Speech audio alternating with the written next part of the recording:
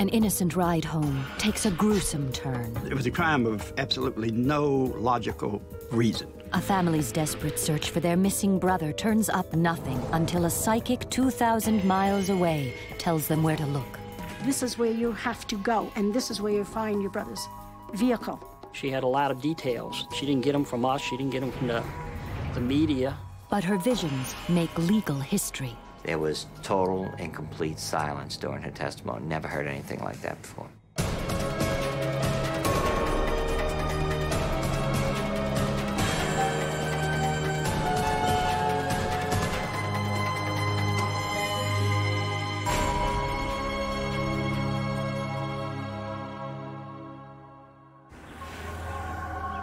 River Ridge, Louisiana, a small town on the banks of the Mississippi River, a suburb of New Orleans. Pretty much people in River Ridge know each other pretty well. It's just sort of a small slice of American pie type of community. You wouldn't expect a person, particularly a hardworking carpenter, to suddenly disappear. But in June of 1987, that's exactly what did happen. 27-year-old Andre Daigle vanished without a trace. My mother called me Friday morning and told me that Andre was, missing and she hadn't heard from him. We're a close-knit family and very tight, and Andre wouldn't leave the pets without food or water, for one. And the other thing is, generally somebody would hear from him on a daily basis. Andre's older brother, Chris, contacts the police immediately, but they're not convinced there's a problem and are slow to act. The fact that he was a 27-year-old grown man, the police were like, what makes you think he's missing? But the family believes something is very wrong and begin their own investigation, retracing his last steps. Are you sure you haven't seen this guy? The night he disappeared, he and Nick Shelley went to have dinner together, and then they went out to Mitchell's to shoot some pool. Andre and his best friend Nick were playing pool for beers. Loser buys. Andre lost the first game, and at the bar, he met a young woman who called herself Thelma. And they chit-chatted, just making small talk. When I talked to Nick about it, he tells me that he felt that she seemed to kind of hide her face, so he really didn't get a good look at her. It was a bit odd, but, that's just something you don't think about. I mean, these are the things you think about later, after they played a few games and had a few drinks. They were getting ready to leave, and that's when Thelma asked Andre for a ride home. Andre agreed, and Nick Shelley went home separately in his own car. It's the last time he will ever see his best friend. 4 days pass, and nothing. 2,000 miles away in California, Andre's sister Elise is desperate to help. A friend suggests she visit a psychic. When she came to see me, Elise told me she had a brother that was missing. I just asked her if she brought a picture of her brother and a map with her, and she said yes. Rosemarie Kerr lives in Escondido, California. She claims she has a special talent for finding missing people. She'll need it. She's never been to Louisiana and never met the Daigle family. When I go to the picture, I don't need to look at it because the minute I put my fingers on it, I get vibrations. So my fingers, say it's like somebody reading Braille. I'm making my connection. Everybody else is out.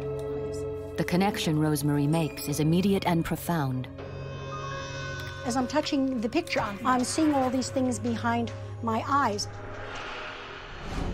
I was telling Elise how I see her brother in his dark vehicle, and she denied this. She says, no, he drives the little white car. But I needed to go with the dark car because this is what Andre was showing me. Elise is not aware that her brother has recently bought a new vehicle, a black Ford pickup. Now Rosemarie focuses on the map of Louisiana. And as I run my finger along the maps, my fingers tell me where to stop. It's a vibration in my fingers. And I stopped, and I opened my eyes, and I asked Elise, I says, Elise, do you know this place? Do you recognize this? Right in here. And she says, this is Slidell. She says, I know it. I says, if you know this place, you have to do it now, do it quick. This is where you have to go, and this is where you find your brother's vehicle and find out where he is. Slidell is 30 miles from the Daigle home in River Ridge. Chris and the family had just arrived back after a full day of searching. They were not prepared for what would happen next. We were all in the kitchen, with the maps laid out, trying to figure out, okay, where are we going to go tomorrow? What are we going to do? That's when the phone rang, and my mother got the call from Elise. I just had a reading with a psychic here. And you know, she says, the lady says to go to Slidell. Well, man, when she said that, everybody in the room just got shook. You know, you could feel goosebumps, and it was like a spirit had walked through there and touched you on the shoulder just to let you know, this is real, you gotta go.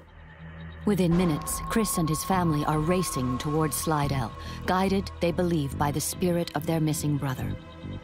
They went out in their vehicles to look for Andre. I told them to talk to Andre. And Elise said, why? I says, I want the open connection. So we did, we knew he was frightened. We didn't know if he was alive or not. And we just wanted to reach out to him, and let him know that, his family was there. So. Then, incredibly, there on the interstate, Chris spots Andre's truck ahead. The black pickup is heading towards Slidell, exactly where the psychic said it would be. I actually kind of passed the truck up at first. I didn't even expect to see it, really, but drove up. Hey, was that it? Sure enough, that was it. Of course, we didn't recognize who was in the, driver's seat and who was in there driving it. How could a psychic 2,000 miles away know where to find Andre's truck? But where is Andre, and who's at the wheel?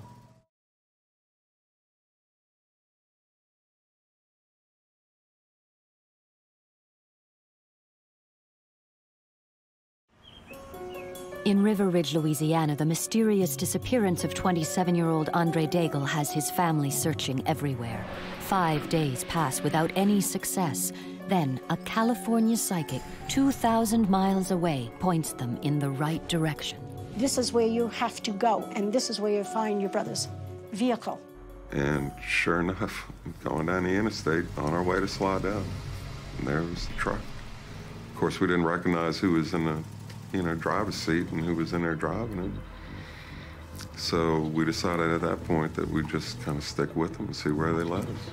Chris tails the truck for nearly 30 minutes.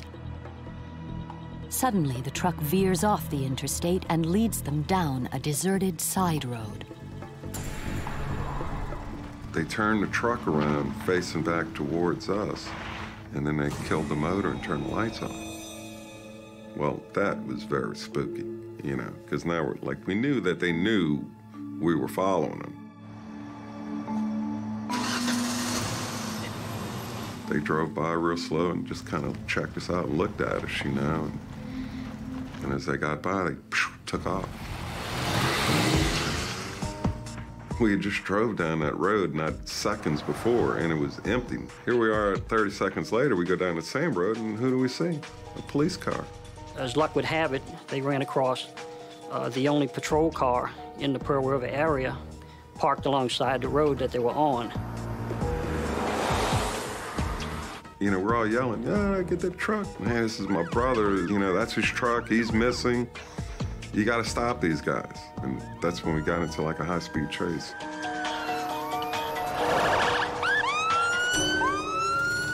When police force the truck to pull over, they believe they're investigating a stolen vehicle. Step out of the truck, put your hand on top of your head.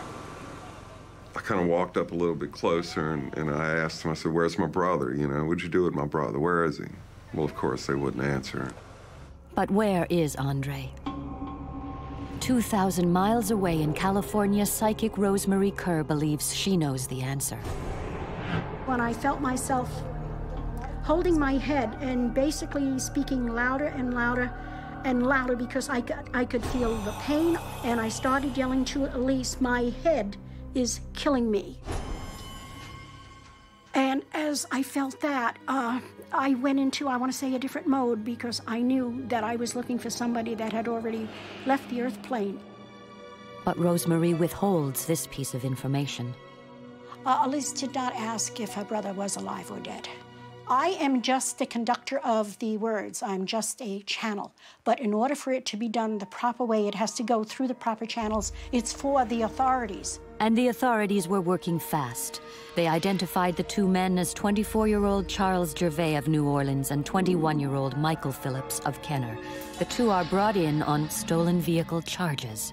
These two were not new to crime. Captain James Gallagher of the Kenner Police Department is one of the officers in charge of the investigation.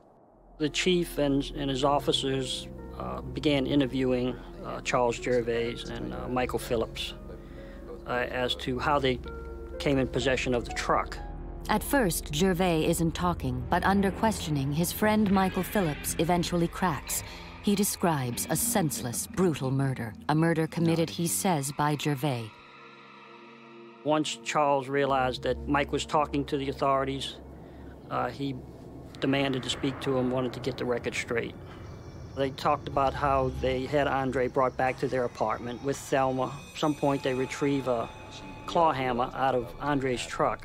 Then they take turns beating him with his own claw hammer. The killer's motive was more extraordinary than even the police could have imagined. The question was asked, why would you kill Andre? What was the purpose behind it? And Gervais tells me this story about hearing about a prostitution ring somewhere in Texas. And him and Mike decide, well, we don't want to work for a living. We'll just go to Texas and we'll kill whoever's running this operation and we'll take it over and the women will work for us. So they decide, well, if we're going to do this, we have to know before we get involved that we can actually take a life. So they come up with the scheme of sending Thelma out to bars and to look for someone, anyone, whoever she brings home, that person's going to die. And unfortunately, in this case, the person she brought home was Andre.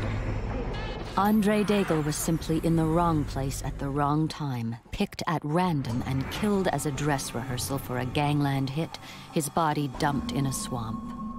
Police recover the body. Both men are charged with first-degree murder and a warrant goes out for their accomplice, 21-year-old Thelma Horn of Kenner. Now police have to inform the family of their worst fear. Their youngest son, Andre, is dead. You know, I never dreamed he would be dead. But it didn't work out that way. But at least we were able to find him and find the people who committed the crime. But this case is far from over. Even with a confession, both men could still plead not guilty in court. If the defendant doesn't take the stand and doesn't testify on his own behalf, you cannot use his statement against him. In Louisiana, a not guilty plea can lead to the death penalty. Gervais sees the writing on the wall, admits his guilt, and is sentenced to life in prison. But Thelma Horn and Michael Phillips roll the dice. They plead not guilty and opt for a trial. I think Michael was more concerned about consequences. He knew that we already pretty much had the whole story of what occurred, but he wanted to try and downplay his participation. Gallagher needs as much evidence as possible. When he learns from Chris that it was a psychic's vision that led them to Andre's truck and exposed their killers, he reluctantly gives her a call. You know, I deal with facts. I deal with things, you know, tangible things. And up until that point, I was still trying to figure out, you know, what the angle was. How did this happen? Hello? It was a phone call that would change a cop and make courtroom history. There was total and complete silence during her testimony. Never heard anything like that before.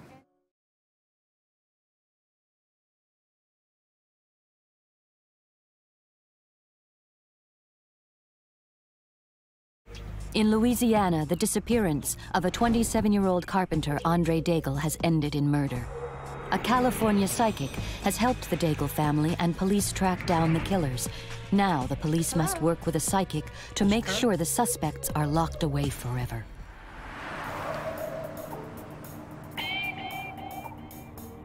Well, I learned that the way these people were actually caught was a tip from a psychic, a lady named Rosemarie Kerr, who lived in California. When Captain Gallagher contacts Rosemarie, she recounts the details of her reading with Andre's sister. Coming to you. So I come into Andre's vibration, getting more and more headaches coming in very, very strongly. Well, she was talking about, I'm feeling pain to my head right now as I'm handling his photograph. I already knew from the investigation that Andre had been beaten with a hammer. The autopsy revealed that Andre had been struck 10 times in the head. She talks about where the body's at and where Andre's at. I could see and also feel a freeway or a roadway that was to my right and high above me. I knew there was a railroad track to the other side. I knew there was marshes there. The number 7 kept coming in and coming in very strongly. When Gallagher travels back to the location where Daigle's body was found, he's amazed at the psychic's accuracy. We got off on exit number 7 right down the road to get here. As Rose told me during my interview with her, she described a long bridge, and what we have behind me here is Interstate 55, which runs for about 24 miles, elevated through the swamp. She indicated there'd be water all around Andre. Well, here we are, next to the swamp here. She had a lot of details that she didn't get them from us, she didn't get them from the media, and it just, I was amazed, but I became a believer after talking with her. But could a psychic's visions hold up in a court of law? W.J. LeBlanc, a Louisiana district attorney, thinks Rosemarie's testimony is key. From an evidentiary standpoint, there were some people in the office who were skittish about using a psychic during a trial. My position was that she was a fact witness, and based upon what she saw, someone else relayed that information to someone else, which led to the arrest of the defendants. The brutal and bizarre murder of Andre Daigle makes front-page news, but what really grabs headlines is the psychic. This case, in many ways, was sort of a bellwether case in establishing psychic involvement as an important forensic tool in conducting investigations in cases that were very difficult. Richard Boyd was the court reporter at the Daigle trial. In my 10 years of covering courts, it was the most amazing, astounding chain of circumstances that I ever ran across. It would be the first time in U.S. legal history that a psychic would take the stand and describe how her visions helped to solve a murder.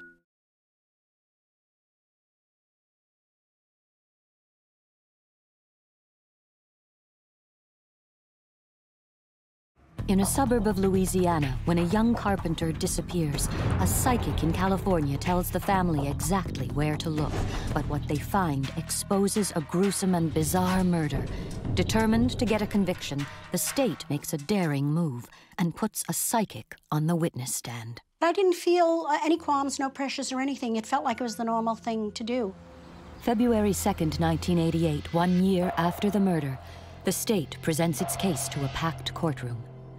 W.J. LeBlanc, the DA, outlines for the jury the gruesome details of Andre Daigle's last hours. On the night of June 9th, 1987, Andre Daigle was playing pool with his best friend, Nick Shelley. At the bar, he meets a young woman, Thelma Horn. She later asks for a lift home. Inside the apartment, Charles Gervais and Michael Phillips ambush Andre, attacking him with a hammer taken from a toolbox in his truck. Their botched murder finally ended when the two men used a vacuum cord to strangle Andre to death. They wrapped his body in a curtain and hid him in the back of a couch. The following night, they dumped his body in a swampy marsh below the causeway. The evidence against the two men is compelling. Now the DA calls the psychic to the witness stand to help seal the prosecution case. You could hear a pin drop in that courtroom. I mean, people were just enraptured by it, just totally focused on her. Thank you. There's an old Rosemarie Kerr tells the jury how her vision led the Daigles to Andre's missing truck. You know, the emotion, it was just a chill went through the room. At the close of the state's case, faced with the evidence, Michael Phillips changes his plea to guilty. He was headed straight for the electric chair. The evidence was overwhelming. The jury was hanging on every word of every witness. Without that information provided by Rose, which eventually led to the arrest, he would have been possibly another John Doe, unsolved homicide. In a separate trial, the killer's accomplice, Thelma Horn, is found guilty of second-degree murder. With the help of the psychic's testimony, all three are serving life sentences. I feel that this whole scenario wasn't in our hands, but in a higher power, and we all just did our job. And I have to give credit to the departments that work with people like me and realize if we can give them just one little piece of the puzzle, and that could help them, that's what we're about. The Daigle family was devastated. To this day, is still devastated to a large extent by this senseless crime. A promising young man who was hardworking lost his life for absolutely no reason. Andre was a great brother. You know, his life was cut so short. I don't know if he had time to even figure that out. Here's Rosemarie, you know, a little lady living out there in California, you know, 2,000 miles away from us. Think that someone has that ability, you know, to make contact and into the spirit world like that and able to help, but she's connected.